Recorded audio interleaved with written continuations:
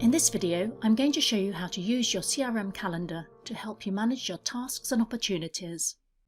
Clicking on Calendar from the main menu opens this month's calendar with today highlighted.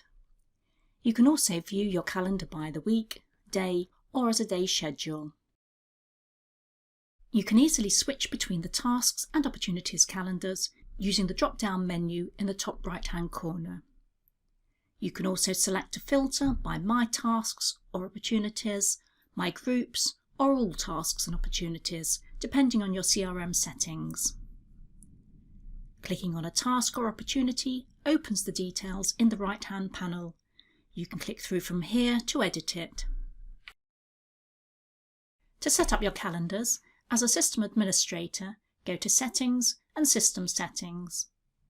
Then click Calendar Settings and select from Tasks or Opportunities to set up that calendar. You can also create calendars for other CRM objects, for example activities. To do this, click the Add button and select from the drop-down list.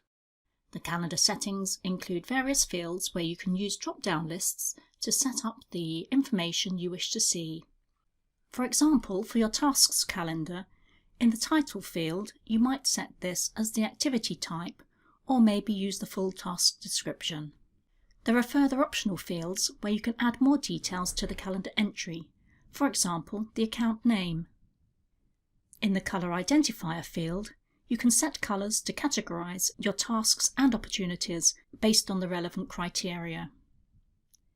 Once you've completed the setup, click Save, then View Calendar. That's it. For more help, don't forget to access the help drawers in your CRM and click through to our Customer Support Hub for further resources.